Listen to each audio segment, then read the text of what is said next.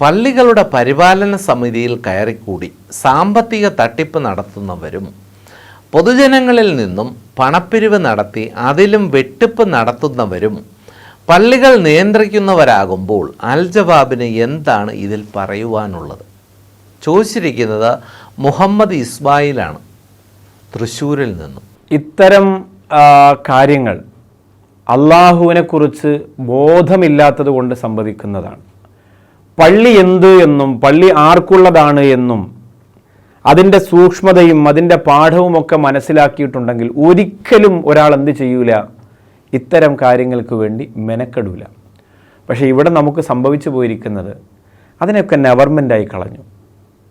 പള്ളിയുടെ സ്വത്ത്, പള്ളിയുടെ മുസല്ല, പള്ളി വൃത്തിയാക്കൽ, പള്ളിയുടെ കണക്ക്, പള്ളിക്കകത്തുള്ള വർത്താനം, അതൊക്കെ നമ്മൾ വെറും നിസ്സാരമാക്കി കളഞ്ഞു. അതുകൊണ്ട് പരിപാലന സമിതി ഒരു വലിയ പള്ളിയുടെ മഹലിൻ്റെ പ്രസിഡൻ്റാ സെക്രട്ടറിയാന്നൊക്കെ പറയുമ്പോൾ ജനങ്ങളുടെ അംഗീകാരവും ജനങ്ങൾ അവരോട് കാണിക്കുന്ന ആദരവും ബഹുമാനവും ഒക്കെ കാണുമ്പോൾ ഇവരെന്തോ ആണെന്ന് അവർക്ക് തോന്നിപ്പോവാണ്.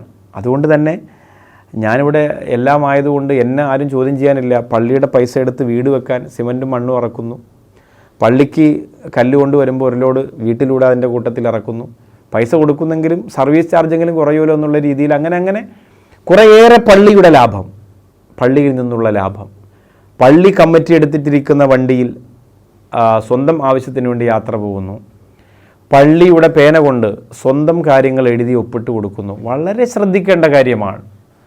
അതൊരു അണുകിട ആ വിഷയത്തിൽ വിട്ടുവീഴ്ച ഇസ്ലാം കൊടുക്കുന്നില്ല.